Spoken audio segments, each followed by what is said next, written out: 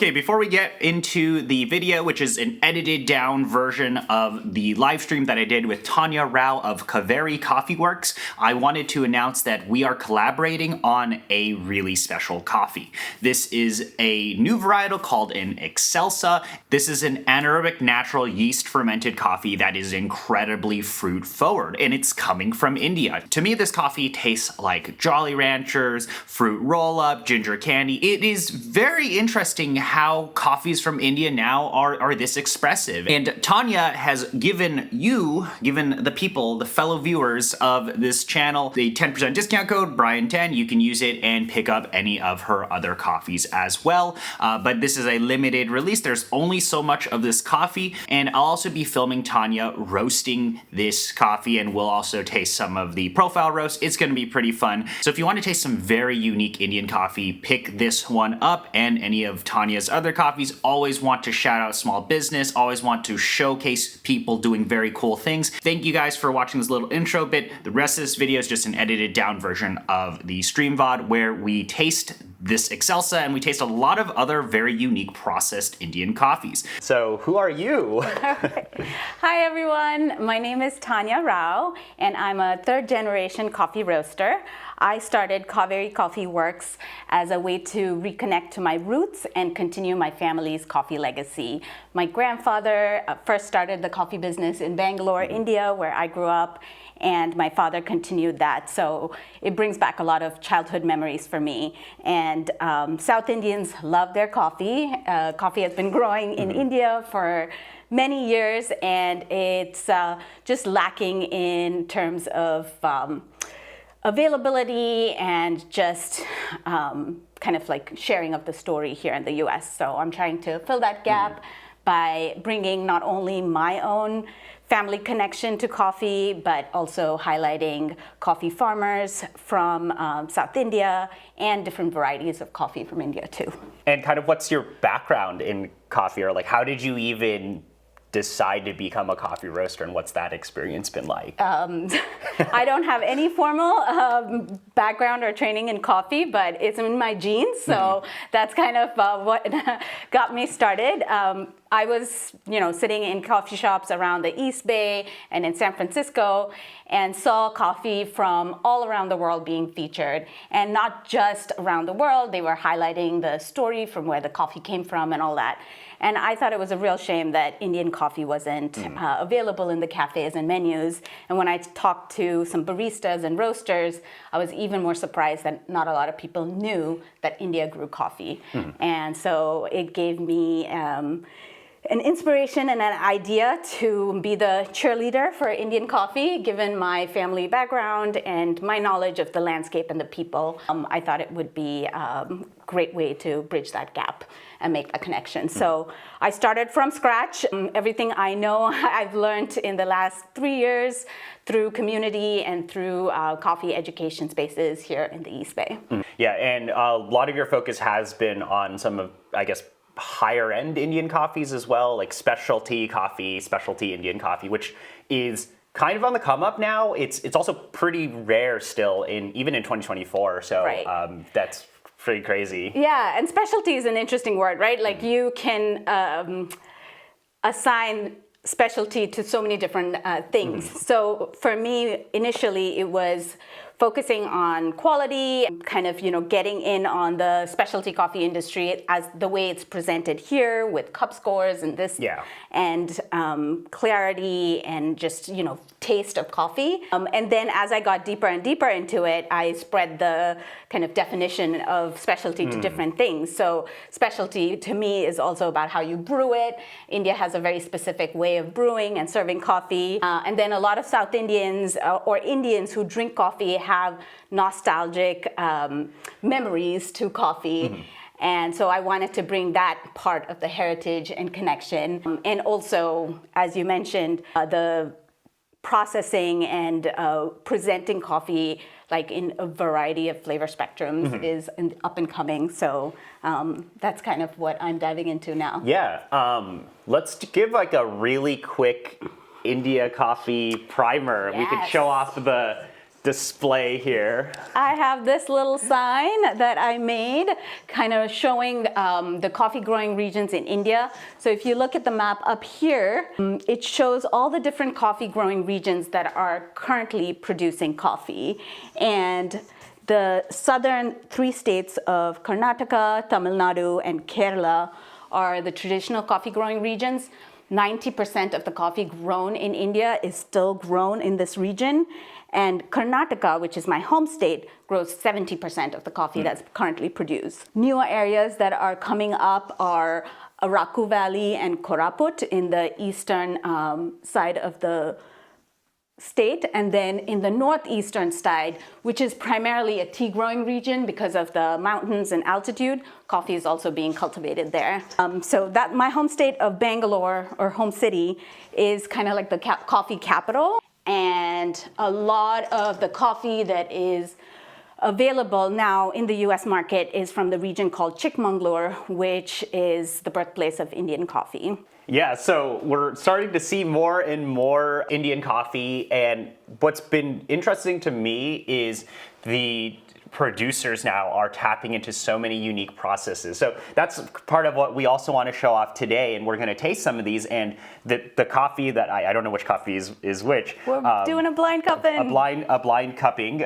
This coffee that we like, we will do a coffee collab on that you guys can pick up, and it'll be on her website and all of that. But what kind of has been interesting to me, at least as somebody who I think grew up really with a Western perspective of coffee, is to tap into all of these different regions and origins. A lot of, for me, it's like I rarely drink Indian coffee. That's just like the simple reality of it. I mean, most of the roasters that I purchase coffee from, they don't even touch Indian coffee. Right. And it's been kind of interesting to start to see some of these coffees, maybe unique processed coffees, now getting picked up by some of these roasters and being featured out there. But there are a lot of like very complex questions as to like, why does a producer make their coffee taste a certain way, or like what are those standards based on? I mean, even back earlier in the stream, we're talking about like specialty, right? It's like, when I think about this as a bigger picture, it's like,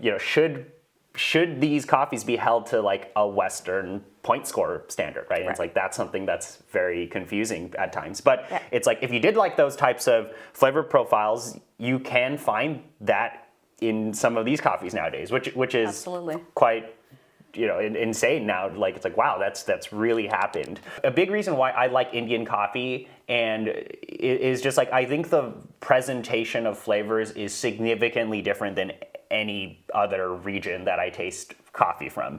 But also because I think a lot of these producers are tapping into processing and tapping into better ways to elevate the quality of their coffee. I, as an enthusiast, can actually experience this year to year. Every year I can taste it get better and better and better. And this is something that maybe I'm too young, but it's like I didn't experience this with like your Colombian coffees or your Ethiopians, but I can experience these coffees get better every year. And that's why I like these coffees so much. And there's the fact that there's somebody local to me doing this is just such a treat. Yeah, absolutely.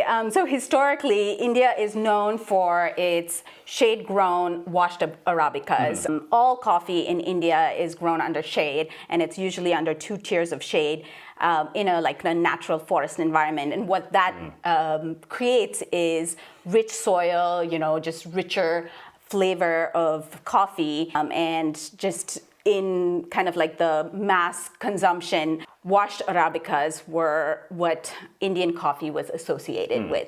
And so that is the coffee that has been imported into the US in large quantities. Whereas much more like smaller, experimental micro lots, natural processing, all of that didn't get as much attention from buyers. So it didn't really cultivate that culture for the producers to make the effort into the production of it. But we're seeing that change now. And so now even Indian producers are excited to experiment and put all these different offerings on the table that really showcases the type of quality that the land and the coffee produces, and the hard work that goes into growing and processing the coffee in these ways. So it's really cool to be at that, cusp of change for me as well, to see this happening, because I've seen it happen with other origins, but not so much with Indian origin coffee. Yeah, so that's exactly why I'm so excited to taste these coffees.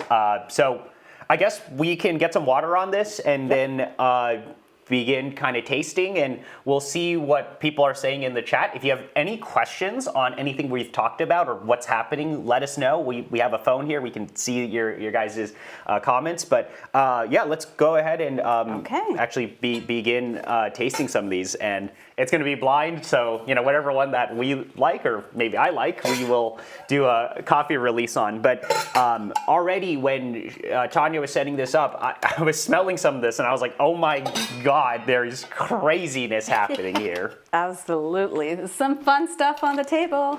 You can smell these like crazy processes. I mean, like fruits and all of that. Do you want to go around and do dry aroma? You can serve if you want to. Wow, so a ton of different things happening here. Yeah, we've got on the table, and I won't tell you exactly which one is what, but we've got 3 types of coffee processing, washed, honey, and naturals. And we also have a new variety of coffee that you might not have tasted before. Okay. It's great you're featuring Tanya and Kaveri Coffee on International Women's Day. Thanks. Yay! That was not intentional, but glad it happened that way. All right, we're gonna get some water on these, and we're going to cup, but the drier aromatics are, no, I mean, you smell the, I mean, years ago, you probably wouldn't get any of these types of aromatics, or like people wouldn't associate Indian coffee with any of these aromatics, and that's just what's quite amazing with where the processing has gone. Oftentimes, even like enthusiasts, and of course, like in industry, you have conversations like, oh, that's really good for an Indian coffee, right? And like, there's oftentimes these negative stigmas tied to the region, because it's like, maybe people haven't seen these types of coffees before, so they just think back like, oh, I thought I have this like perception of this coffee before it was quote unquote good, like these types of things. But now it's just like, at least how I evaluate coffee is like, is this good in general? Not like, I don't like preconceive and say like, oh, this is worse because it is from XYZ region. Yeah. Right? I think we can talk a little bit about your roasting style. Like, do you have a stylistic style? Or well, what do you aim for? It's for me, it's still a learning process. I learned how to roast 4 years ago, and each year I'm just discovering new things and continuously learning. So again, in terms of like association and perception, Indian coffee, the washed Arabicas, they handle heat really well. So in the roasting process, Indian coffee has often been roasted dark because it really has that nice body and nice like chocolatey, nutty flavors that come out and complement milk-based espresso drinks. And so that has been the general presentation of Indian coffee. So what I wanted to do was try to play around with some lighter roasts and see what flavors come out of it. And so when I originally started, I put out 3 coffees, 3 different roast levels from 3 different farms. And the fun part for me was roasting each of them to different degrees and tasting which one, tastes good at what roast level. And people still associate coffee and their preferences to roast levels rather than just flavor and tasting notes. So I was wanting to speak to all audience. So I share tasting notes, but also the roast levels, because some people just have that association. Yeah.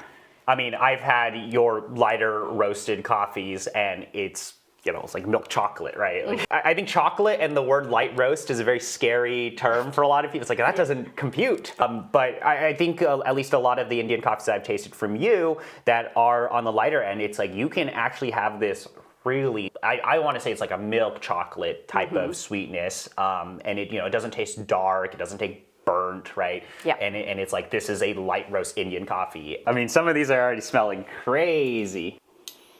Wow. I mean, Well, a few of these are like pretty impressive.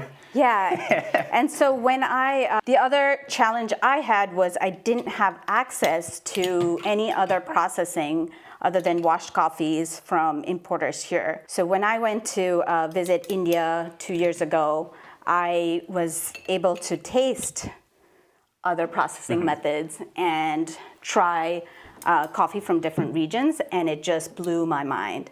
India also grows very fine Robusta, and again, in the world of specialty, Robusta is just getting some attention, and specialty Robusta is even getting more focus than it has in the past. Yeah. But India has been growing, kind of like really growing and processing fine Robusta for a long time.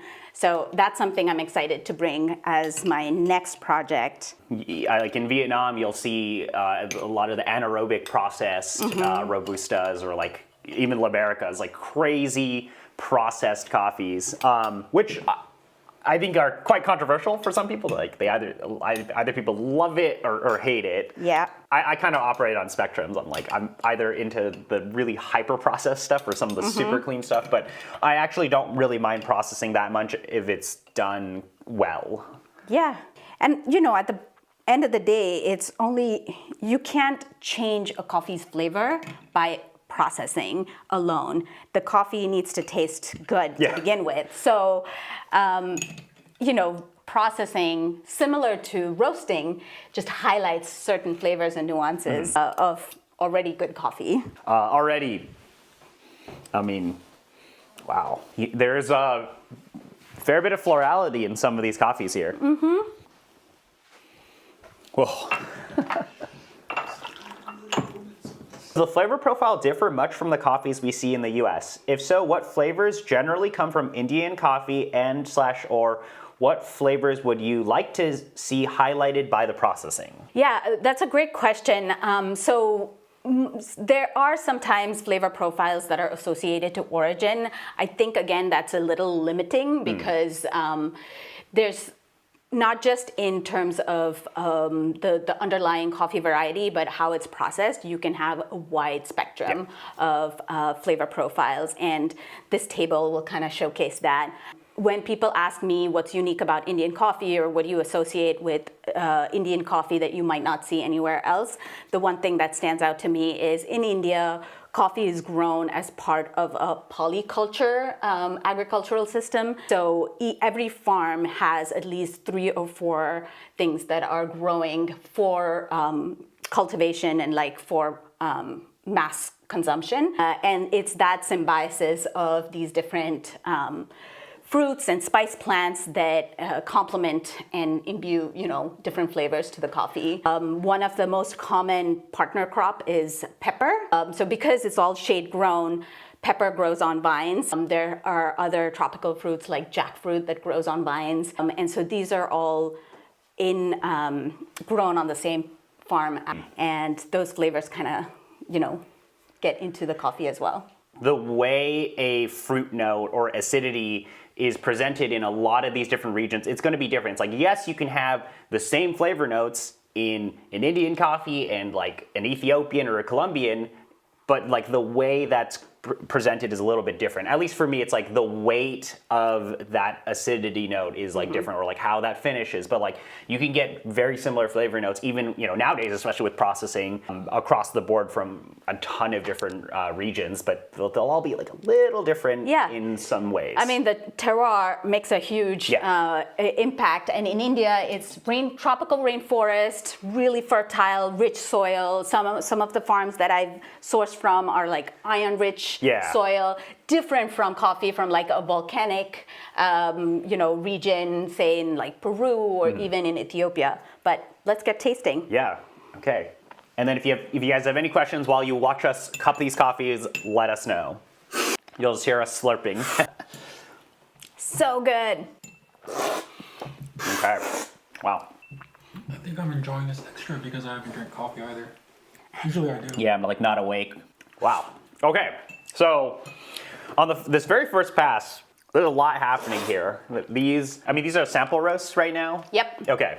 and I typically try to roast it medium. Yeah, okay. Because there's like characteristically a lot of sweetness across all of these. They all kind of finish in the same kind of like sweet, round, like pillowy, lovely sweetness. But like, Got some with like a lot of florality. yeah, like there are some of these that are like super, like two of these are, one of them is like very like in your face with some fruits. Another one's like very floral forward.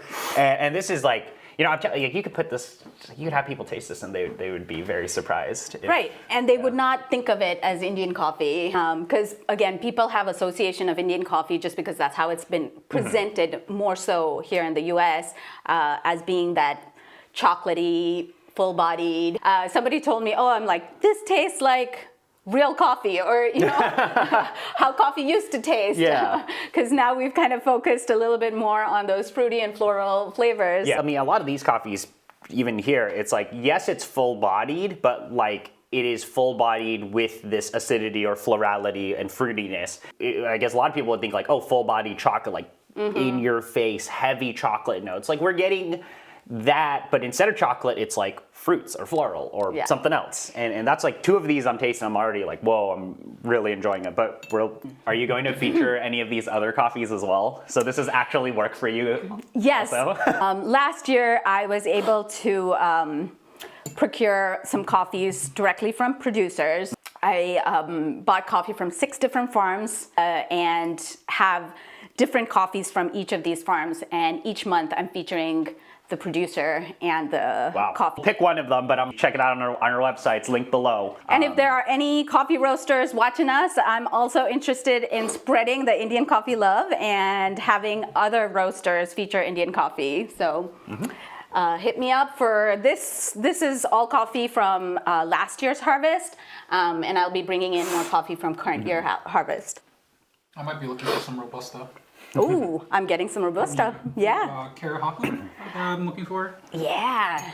I haven't tried their coffee, but they brought in some, Osito brought in some coffee from their farm last year. Because someone told me that their Karahaku Robusta was one of the best Robusta they've had. Yeah. And I've had a range of really good Robustas already too. Nice, nice. A lot of these Indian coffees have this like very unique citrus presence, or like at least the ones that I've tasted from you that have like a citrus flavor. It's like a very weighty citrus flavor, and I'm a big fan of it actually. Yeah. I've always liked citrus in coffee. Again, I think it's because of those partner crop polyculture. There's a ton of tropical fruits that grow on these farms. And you don't necessarily taste exactly that fruit flavor, but that's what brings in the fruitiness. There's also a lot of biodiversity in terms of birds and animals, and that just kind of increases the richness of the soil. Should I do the reveal?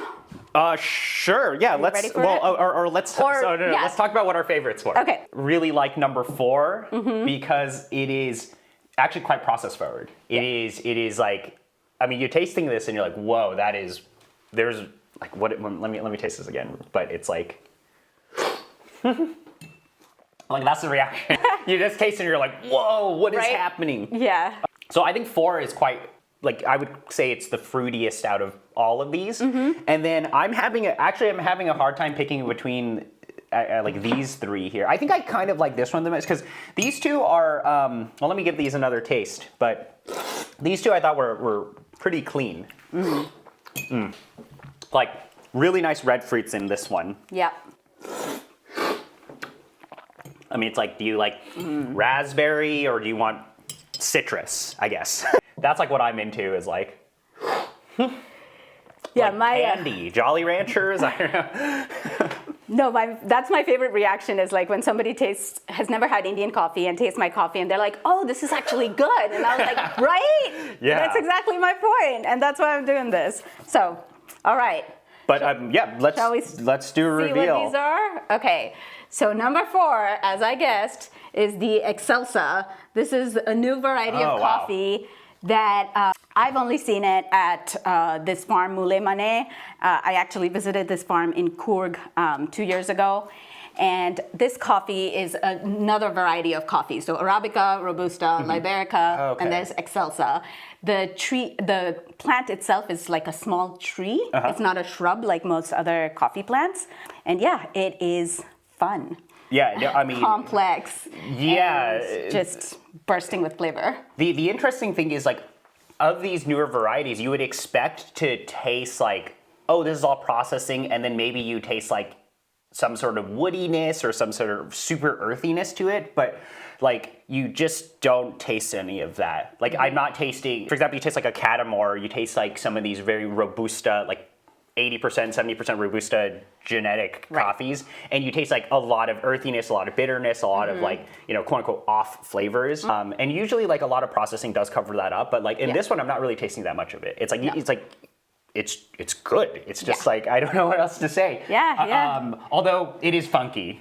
Yes, definitely. It's a unique flavored coffee that wouldn't necessarily be your everyday morning pick. But fun to experiment with and enjoy on the weekend. Let's, I guess, reveal the next one. I'm just going to turn off the... Ooh, all right. This is going to be fun. Okay. So this was your next favorite, and you thought it was a clean washed coffee. It's actually a natural. Wow, okay. This one I liked. This was one of my favorites when I did the pre-purchase sampling. This is from a farm in Koraput, which is the Eastern Ghats, and this is a woman-owned, women-led farm.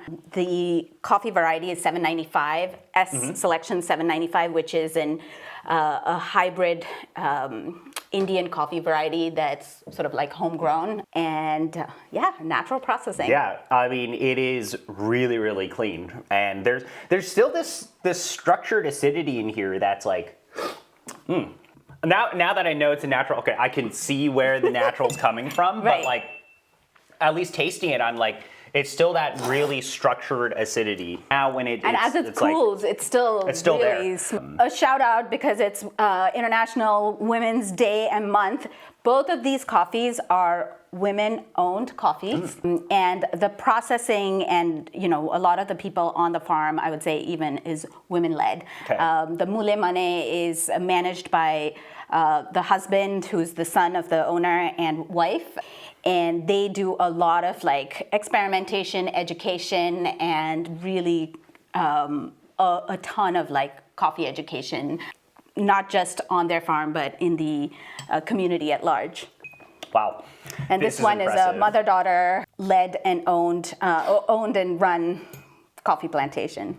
Yeah, we tasted 6 different Indian coffees, and all of these coffees have just really complex flavors. The fact that you have defined structured acidity, you have really nice florality. Like even this Catamore actually had a lot of florals in it, which was surprising to me. Now that I know it's a Catamore, I'm like, oh wow, that's weird. Like, that does not compute. Right. This is where it's like breaking down the stereotypes. Indian coffee is often advertised as mid to low acidity, good body, good for dark roast. Yeah. That's kind of been the blanket ad for Indian coffees. Yeah, I mean, if these 2 coffees, if they're tasting this good on just a sample roast, like a production roast is probably going to be really good. Yeah. And then you're also roasting on a loring. That's right. Yeah, so then like these 2 on a loring, it's going to be like very clear, defined acidity, and I'm quite excited for that. So, well, we will have these up on a website in the coming weeks. Yeah, absolutely. And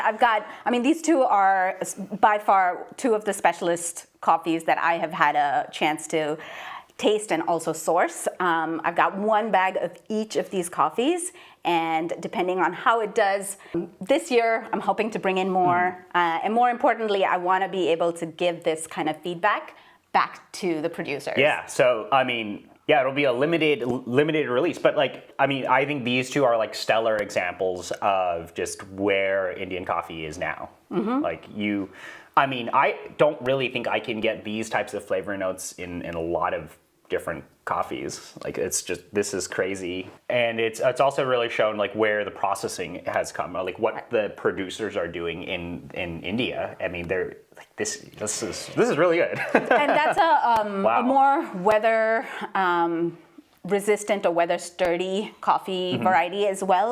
So they're doing a lot of work into studying that and how to increase production of the Excelsa coffee variety. Whoever's watching this, when this coffee releases, you hopefully will be able to pick up a bag. I feel like this is gonna go quick. Yeah, it's really good. And more than just the flavor itself, both these coffees have such a rich story that goes with them. And so I think it'll be exciting to share all of that with your audience. These coffees that we're talking about will be available for sale on Tanya's website, so make sure to check. I linked it all there. Follow her on Instagram, do all of that stuff. I'm still very surprised. This is a genuine reaction here. See, it's not like I didn't play it up for the camera. This is on the live stream, but Nice. yeah, like this is so good. I'm very surprised. Yeah, many of these producers haven't had a chance or haven't had access to the U.S. market, so they're really excited to have U.S. consumers taste their coffee and give them feedback, and kind of like I'm really interested in that full feedback loop. Well, I think we can feel free if anybody watches this. You can see our earlier reactions to tasting these coffees. This is like very impressive, but we're gonna do some coffee releases, so be on the lookout for that. I think we'll go out and do a video, and maybe we could stream that too. I don't know yet, but we'll show off kind of the roasty and all of that, and that would be fun. But otherwise, this is just a stream on Indian coffee, and I want to thank Tanya for doing this and talking about herself and talking about Indian coffee. I'm really happy that we got to taste this today. Absolutely. Thank you, Brian, for coordinating this, and thank you for all those who joined us today. Okay, well, we'll see you guys later, and thanks so much for watching, and check out all of Tanya's socials, her website, and all of that below. But be on the lookout for some of the other coffees here. They will be available for purchase for you guys to pick up, and be on the lookout for this new limited release that we're going to do together. So, all right. All right. Cool. Bye. See you guys later.